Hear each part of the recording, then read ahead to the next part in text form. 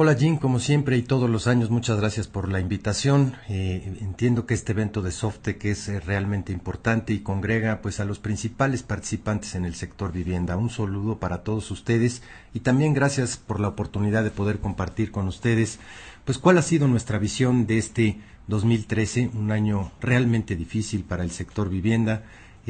Tengo muchos años trabajando de cerca con muchos de los participantes y me cuesta muchísimo trabajo encontrar un año tan difícil como el que se ha tenido que enfrentar en este contexto. Como siempre, pues quisiera centrar mis comentarios esta vez por la vía de un video y no personalmente como lo hago todos los años, básicamente en cuatro temas. El primero de ellos, pues hablar un poquito sobre el entorno internacional. Sin duda alguna es un entorno internacional todavía desfavorable, especialmente por el crecimiento magro que se registró en el mundo entero, tanto en países industrializados como en economías emergentes. Hablar un poquito después del recuento de lo que ha sido este 2013, un año difícil, sin duda alguna, para la economía en su conjunto, no solamente para el sector construcción, para posteriormente hablar un poco de esta reforma fiscal y las consecuencias que va a tener sobre la economía mexicana para los próximos años, especialmente haciendo un recuento específico de para el 2014 qué sectores se verán beneficiados y qué sectores serán perdedores necesariamente frente a las circunstancias que enfrenta nuestra economía. Entrando de lleno al primer tema, es evidente que la Unión Europea, de acuerdo con cifras oficiales, finalmente ha salido de la crisis. El crecimiento realmente es marginal, prácticamente cero, pero lo importante aquí es la dinámica que observa la economía de Alemania, motor de crecimiento de la Unión Europea en su conjunto, un estimado de crecimiento de solamente 0.5% para este 2013, pero a final de cuentas un crecimiento positivo. Las 5 economías pues, que desafortunadamente tuvieron el peor desempeño, yo creo que en los últimos 50 años, desde luego Italia, Portugal, España, Grecia, Irlanda, mantienen dinámicas de crecimiento muy negativas durante este año, al igual que el año anterior, y con perspectivas de crecimiento por abajo del 1%, desafortunadamente, para el 2014.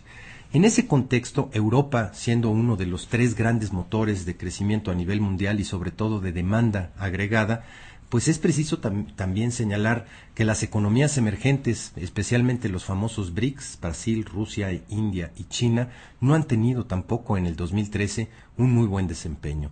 Sin duda alguna han sido una decepción en términos de lo que se esperaba de este tipo de economías durante un año en donde pues el crecimiento que no se dio en Europa se esperaba que fuera restituido precisamente con un crecimiento importante de estas economías emergentes, simplemente no se dio.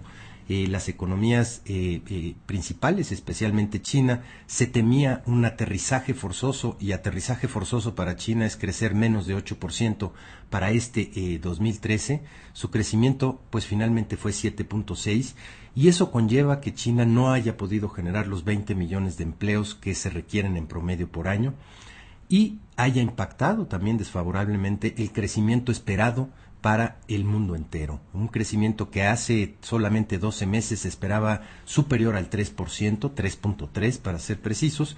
Hoy nos damos cuenta que ese crecimiento está medio punto por abajo, 2.8% de crecimiento para el mundo, que se antoja un año difícil y que no va a cambiar mucho las cosas para el 2014.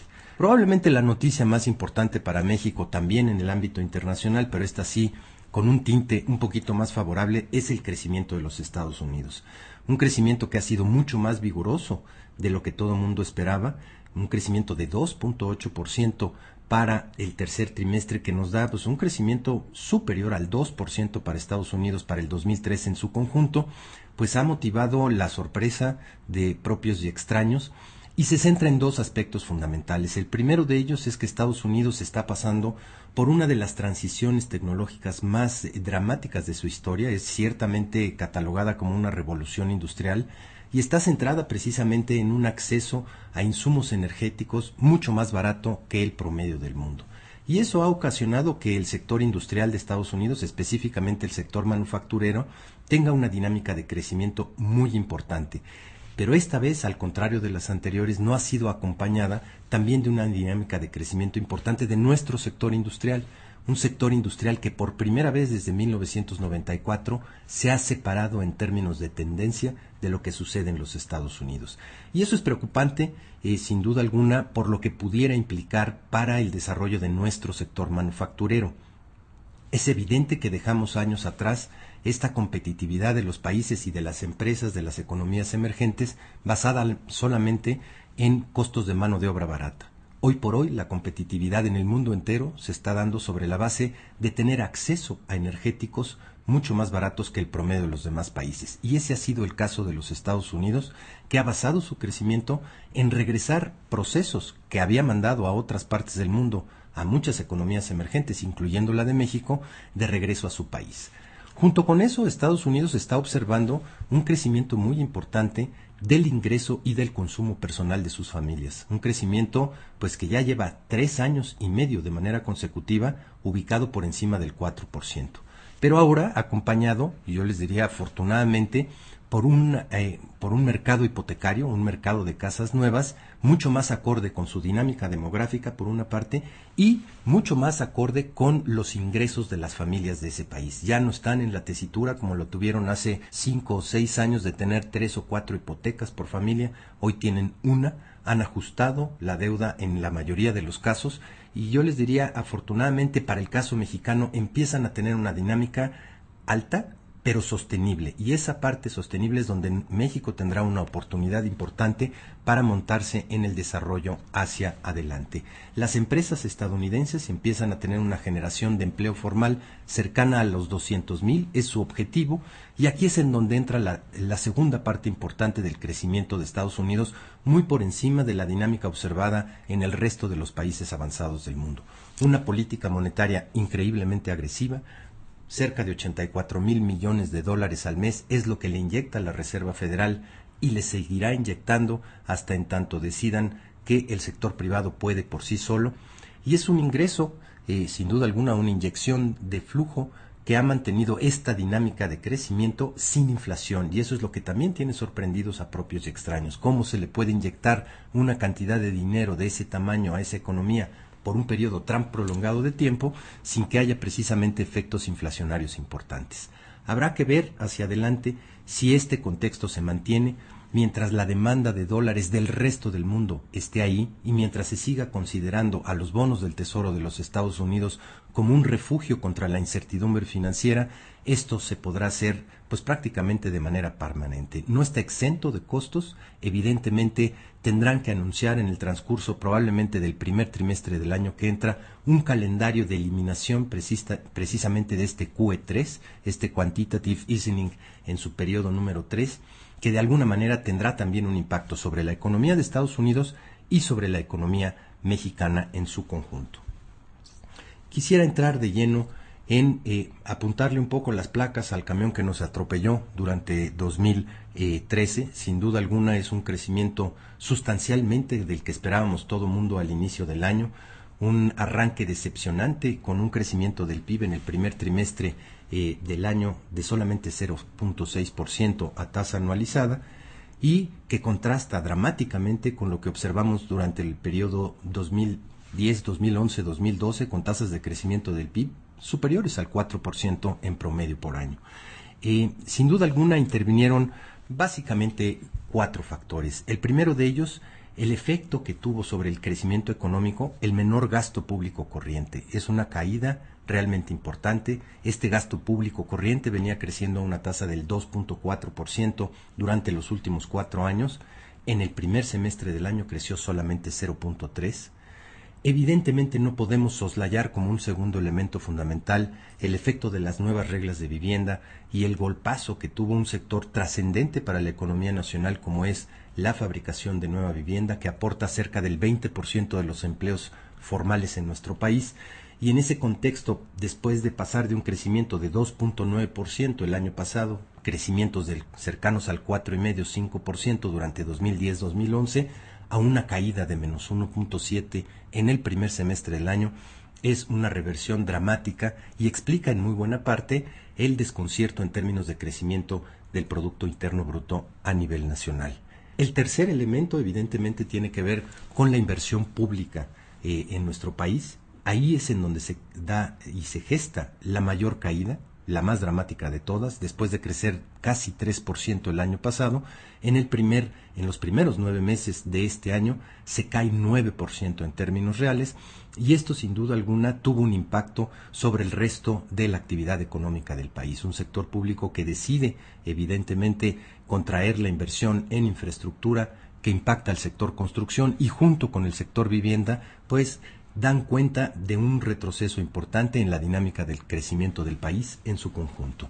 Y no podemos olvidar el cuarto elemento, también un efecto de la desaceleración económica, sobre todo en el primer semestre del año, que impactó nuestras exportaciones manufactureras, que pasaron de tener un crecimiento de 4.2% el año pasado a solamente 0.9% en este año. En ese contexto, la contaminación del mercado interno se fue dando de manera gradual, pero de manera mucho más importante en el tercer trimestre del año. Un tercer trimestre que observó caídas importantísimas en las ventas al menudeo, en los principales indicadores de crecimiento de las ventas en tiendas de autoservicio y departamentales, y que empezó a preocupar a propios y extraños. Esta masa salarial conformada con un empleo que tiene una dinámica de crecimiento mucho más baja y un salario que no puede crecer en términos reales, nos dio como resultado una disminución de la masa salarial importante en el transcurso especialmente del del tercer trimestre del año, y que a final de cuentas da y vincula un mercado interno que se asocia a la desaceleración del mercado interno y a la caída de la construcción de manera muy importante hacia adelante. No es sorprendente en ese contexto que la caída de ventas esté más atada a una cosa que los economistas denominamos ingreso supernumerario. Un ingreso supernumerario que quiere decir, a los ingresos totales le quitamos los gastos esenciales de las familias, todo lo que tiene que ver con alimentación, vivienda, vestido, salud, transporte. Y ese ingreso supernumerario, lo que queda después de haber restado, se contrajo de manera muy importante durante los últimos 6 meses y explica en prácticamente 80% esta disminución del poder adquisitivo de las familias mexicanas y, consecuentemente, del gasto asociado en términos de ventas al consumo en nuestro país. Hay una duda permanente entre los economistas si estuvimos o no estuvimos en recesión, y podemos encontrar diferentes definiciones. Evidentemente, la más esparcida por el mundo entero es la correspondiente a Estados Unidos, que son 2 trimestres consecutivos con tasa de crecimiento del Producto Interno Bruto negativa. Bajo esa perspectiva, no, México no tuvo una recesión, pero podemos encontrar diversas y diferentes definiciones, incluyendo, por ejemplo, la del indicador coincidente y el indicador adelantado. Esa nos dice que son 9 meses consecutivos de disminución del indicador coincidente.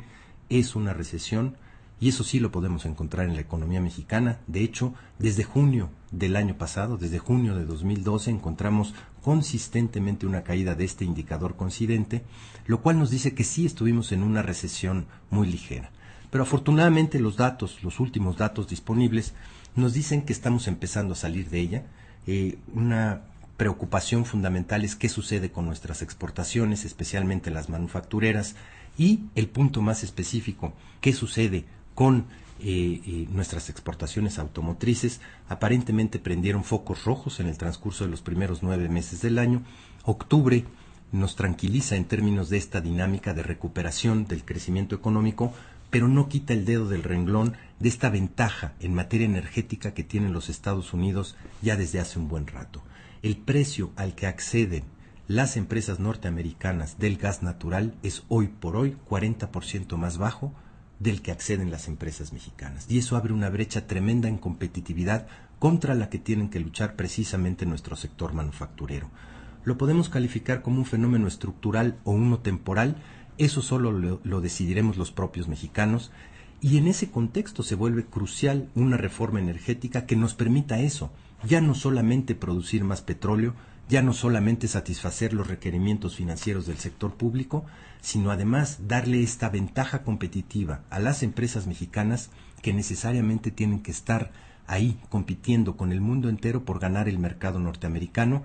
Y hoy por hoy el peso relativo de la mano de obra es solamente 10% en los costos de producción manufacturera, mientras que el costo energético es superior al 20%, 23% para ser específicos. Ahí es en donde tenemos que centrar las baterías si realmente queremos ser competitivos hacia adelante. De lo contrario, pues este fenómeno en donde hemos observado que la producción manufacturera y la producción industrial de Estados Unidos mantiene una dinámica de crecimiento espectacular, cercana al 3% en promedio por año, se va separando de nuestra dinámica industrial, que el año pasado y este 2013 creció muy por abajo de esa dinámica de los Estados Unidos.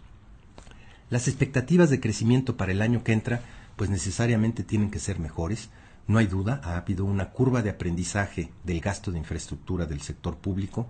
Eso, desde este año se están adelantando ciertas obras de infraestructura para empezar a generar una demanda agregada mucho más importante. Es evidente que también está repuntando nuestra actividad exportadora por la vía de un crecimiento de los Estados Unidos. Podría ser muy superior si efectivamente podemos corregir este desbalance que existe en el precio de los energéticos. Y yo les diría, hay una expectativa también importante de crecimiento vinculada a la aprobación de la reforma energética y a la atracción de inversión extranjera que se pudiera generar en ese contexto. En donde tenemos ciertas dudas es respecto a la composición de ese crecimiento. Un crecimiento que sí puede ser superior al 3%, cercano al 3,5%, recuperando este nivel, digamos, de tendencia de largo plazo de nuestro país, pero que por primera vez en mucho tiempo va a tener componentes radicalmente diferentes a los que observamos en antaño. Este comportamiento de 3% va a tener como motor de crecimiento la inversión pública, probablemente las exportaciones y la inversión privada, si es que se da este fenómeno de atracción de inversión, especialmente extranjera, en el sector energético. Y por primera vez en muchos años, el consumo privado no lo será. Es evidente que la reforma fiscal tuvo un recargón especialmente fuerte en las familias más que en las empresas, aunque las empresas, muchas de ellas, no van a salir, digamos que libres de polvo y paja en el transcurso del año que entra, pero el recargón fundamental está en el consumo privado. Y especialmente en el decil 10. Sí, el decil 10, el de los más ricos en el país, no hay duda de que es muy poca la gente que podría estar en desacuerdo con una reforma fiscal que redistribuya el ingreso del país, pero independientemente de eso, es importante estar consciente del peso relativo que tiene este decil 10 sobre diversos aspectos de la economía mexicana. Entre otros, y el más importante de todos, el peso relativo que tiene en el consumo de ciertos sectores de actividad, como pueden ser los restaurantes, en donde el 33% de ese gasto está vinculado al gasto del sector de decil 10, el 34% de los gastos en electrodomésticos, el 49% del gasto en automóviles, 44% del gasto en esparcimiento y 60% del gasto en turismo. Esos sectores de actividad van a tener que hacer un análisis profundo de cómo les van a pegar estas reformas fiscales, no directamente a ellos como proveedores de servicios, que tiene su buena dosis, sino directamente a los consumidores más importantes en el transcurso del año que entra. No estará exento de costos estos bienes en donde ese gasto podría ser muy importante. Y necesariamente el sector de vivienda tendrá que también hacer un ajuste considerando lo siguiente. Ese ingreso supernumerario del que hablamos hace un momento va a caer para este decil 10 4% en el transcurso del año que entra. Y entonces las familias de ese decil tendrán que decidir dos cosas: si van a disminuir su ahorro o si van a disminuir su consumo. En cualquiera de los dos casos irán en detrimento de un crecimiento y por tanto el crecimiento del consumo privado el año que entra, que por años ha sido el motor de crecimiento de esta economía, será solamente 2%, mientras que el resto de la economía se expandirá a un ritmo superior al 3,5%, probablemente cercano al 4% en términos reales, lo que nos dará esta conformación extraña: sí, crecimiento del Producto Interno Bruto superior al 3%, pero con un consumo privado que está realmente por abajo. En suma, nosotros vemos como riesgo tres cosas fundamentales.